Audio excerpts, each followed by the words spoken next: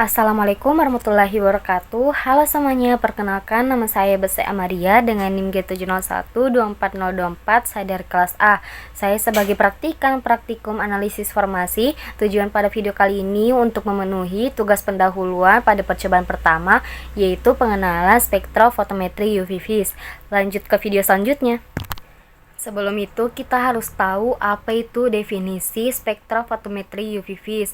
Jadi, spektrofotometri UV vis adalah metode analisis kimia untuk mengukur jumlah cahaya yang diserap oleh suatu zat pada panjang gelombang ultraviolet dari 200 sampai 400 nanometer dan visible-nya itu dari 400 sampai 700 nanometer.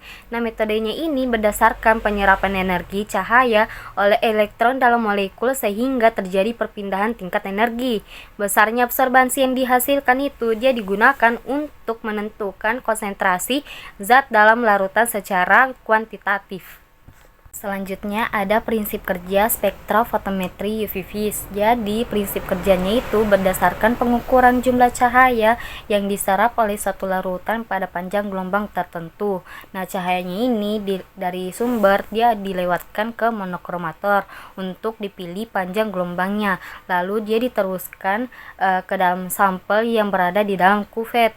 Nah, saat cahayanya melewati sampel, sebagian cahaya akan diserap dan sebagian lainnya itu dia diteruskan.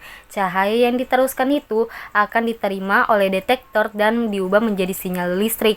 Dan sinyal listriknya itu kemudian ditampilkan sebagai nilai absorbansinya. Nah, semakin tinggi konsentrasi zat, maka semakin besar cahaya yang akan diserap dan semakin kecil cahaya yang akan diteruskan. Selanjutnya ada bagian-bagian komponen spektrofotometri UV vis. Jadi yang pertama adalah sumber cahaya yang biasanya berupa lampu deuterium untuk daerah UV dan lampu tungsten itu dia untuk daerah visible.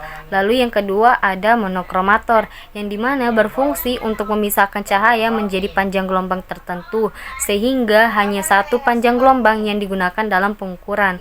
Lalu yang ketiga itu adalah kuvet. Nah, kuvet ini dia sebagai wadah transparan yang tepat larutan yang akan dianalisis. Lalu yang keempat ada detektor yang berfungsi menangkap cahaya yang telah melewati sampel dan mengubahnya menjadi sinyal listrik. Lalu yang kelima ada sistem pembaca atau display yang menampilkan hasil pengukuran dalam bentuk angka, absorbansi atau transmitansi.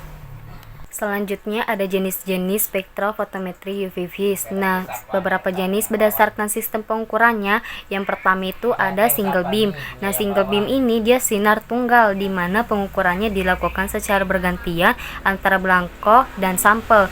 Nah, jenis ini dia lebih sederhana namun dia kurang stabil terhadap perubahan sumber cahaya.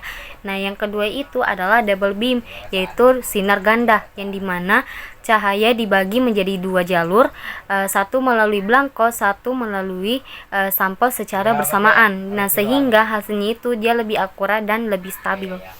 Selanjutnya ada hubungan hukum Lambert-Beer dengan spektrofotometri UV vis. Jadi hukum Lambert-Beer itu dia menyatakan bahwa absorbansi berbanding lurus dengan konsentrasi dan panjang lintasan cahaya, yang dimana rumusnya itu absorbansi sama dengan koefisien dikali konsentrasi larutan dikali panjang lintasan cahaya.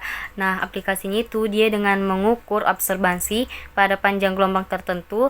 Nah, kita ini dapat menghitung konsentrasi zat dalam sampel. Selanjutnya ada langkah-langkah penggunaan UV vis. Jadi yang pertama persiapan sampel. Nah, larutannya ini harus real jernih dan bebas dari partikel. Lalu yang kedua ada kalibrasi alat. Nah, gunakanlah belangko atau pelarut murni untuk nol absorbansi. Nah, yang ketiga ini ada pengaturan panjang gelombang. Nah, dipilihlah itu lambda maksimumnya sesuai sifat zatnya. Nah, yang keempat itu ada pengukuran absorbansi. Nah, dimasukkanlah itu kuvet bersih sampel. Nah, pas keluar nilainya itu, nah dicatatlah nilai absorbansinya.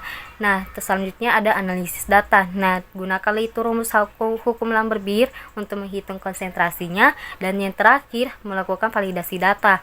Nah, dibandingkanlah dengan kurva kalibrasi standar. Sekian dari video saya. Apabila ada kesalahan kata dalam pengucapan saya minta maaf. Saya akhiri. Assalamualaikum warahmatullahi wabarakatuh. Bye bye.